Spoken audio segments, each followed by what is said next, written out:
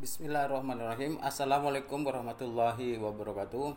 Ibu, bapak sekalian, para wali siswa di rumah, dan anak-anakku yang saya cintai. Alhamdulillah kita akan melanjutkan pembelajaran pada sesi berikutnya, sesi kedua, yaitu melanjutkan tentang kegiatan pembelajaran 1 pada subtema 2. Kita telah mendiskusikan tadi tentang siklus air tanah. Jadi pada siklus air tanah seperti yang kita sampaikan tadi anak-anakku sekalian, itu ada 3 peristiwa penting, yaitu peristiwa pertama, peristiwa kedua, peristiwa ketiga sesuai bagan di atas. Saya yakin anak-anakku sudah menyelesaikan tugas menuliskan peristiwa-peristiwa terjadi pada 3 peristiwa siklus air tanah tersebut. Nah, selanjutnya sebagai uji kompetensi, sebagai uji tes bagi anak-anakku sekalian setelah melakukan tugas mengisi bagan di atas, maka di sini Bapak ingin memberikan tugas kembali berdiskusi dengan Bapak, Ibu, orang tua di rumah, mohon bimbingannya. Yang pertama tentang proses terjadinya air tanah. Nah, seperti yang disampaikan pada kegiatan pembelajaran di awal, bagaimana siklus tanah atau air tanah itu terjadi, prosesnya dari awal sampai akhir dan kembali lagi ke tanah. Itu nomor 1. Kemudian nomor 2, tulislah faktor-faktor yang mempengaruhi berkurangnya ketersediaan air di tanah. Jadi ternyata walaupun curah hujan tinggi, apalagi pada musim kemarau, itu cadangan air tanah itu bisa saja tidak seimbang atau berkurang. Nah, faktor-faktor apa yang mempengaruhi ketersediaan air tersebut? Maka nomor 2 jawaban bisa langsung dituliskan di situ. Kemudian yang ketiga, tulislah kegiatan yang dapat dilakukan untuk menjamin ketersediaan air tanah. Jadi apa saja yang harus dilakukan agar ketersediaan air di tanah itu cukup. Nah, seperti itu. Kemudian hasil diskusi bersama orang tua nanti dituliskan menjadi tugas terus terstruktur pada hari ini.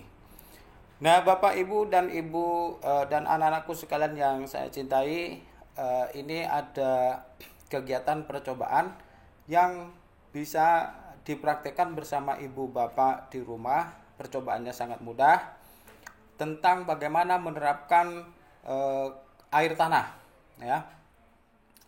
Langkah-langkah yang harus dilakukan ini mestinya berkelompok 4 atau 5 orang. Jadi anak-anakku sekalian cukup bisa minta pendampingan, bimbingan bersama orang tua di rumah. Hal yang perlu dilakukan adalah siapkan air, batu bata, bongkahan-bongkahan batu, dan 2 buah wadah yang cukup besar. Misalnya loyang gitu ya.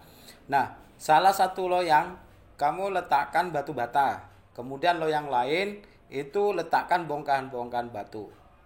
Jelas? Nah, kalau sudah jelas, langkah yang ketiga, tuangkan air ke dalam loyang setinggi 5 cm. Diamkan beberapa saat, kurang lebih 1 jam. Setelah 1 jam, amati tinggi air pada setiap loyang. Nah, tentu ada perbedaan di mana loyang pertama terisi batu bata dan loyang kedua terisi bongkahan-bongkahan batu. Bagaimana hasil pengamatanmu melakukan percobaan itu? Adakah perbedaan tinggi permukaan pada kedua loyang? Kemudian, apakah yang terjadi pada air loyang yang berisi batu bata? Dan sebaliknya, apa yang terjadi pada loyang yang berisi bongkahan-bongkahan batu? Nah, apa yang dimaksud dengan air tanah? Tentu kamu akan dapat menyimpulkan. Apa yang dimaksud air permukaan dan lain sebagainya. Dari percobaan yang kamu lakukan, anak-anakku sekalian, loyang manakah yang menunjukkan terbentuknya air tanah dan loyang mana yang menunjukkan terbentuknya air permukaan? Di sini ada 2 keadaan. Yang pertama air tanah, yang kedua air permukaan. Nah, untuk lebih jelas mungkin ibu bapak di rumah sambil menemani putra-putrinya membimbing juga bisa mendapatkan informasi belajar dari ruang guru, kemudian situs-situs ruang belajar bagi putra-putri kita, kemudian internet juga banyak informasi dengan kata kunci air tanah dan air permukaan. Nah, kemudian dari hasil anak-anakku sekalian didampingi bapak ibu di rumah, cobalah kalian nanti ceritakan bagaimana pengamatan dan analisis kalian ya. Ceritakan nanti setelah ada hasilnya di depan orang tua. Ya. Kemudian dari percobaan tersebut jelaskan terjadinya air tanah dan air permukaan juga dipresentasikan di depan orang tua kalian.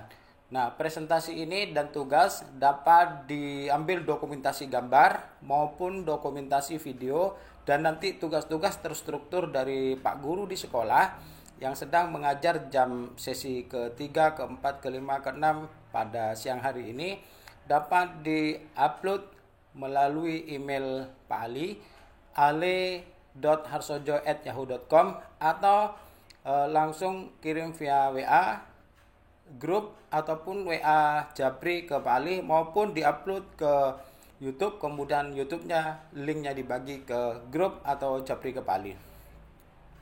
Nah, mari kita renungkan hal-hal apa yang telah kita pelajari anak-anakku sekalian pada siang hari ini.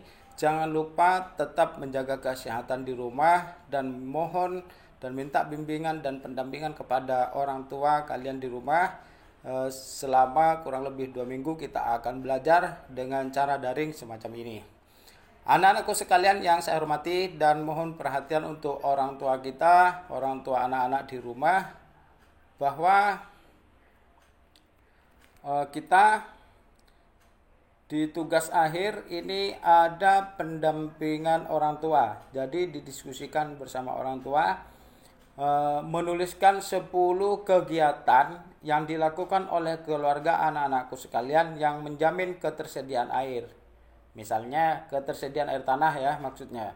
Misalnya di halaman rumah membuat atau menanam pohon-pohon yang dapat menyimpan air di dalam tanah, kemudian tidak menyemen semua permukaan tanah dan lain sebagainya.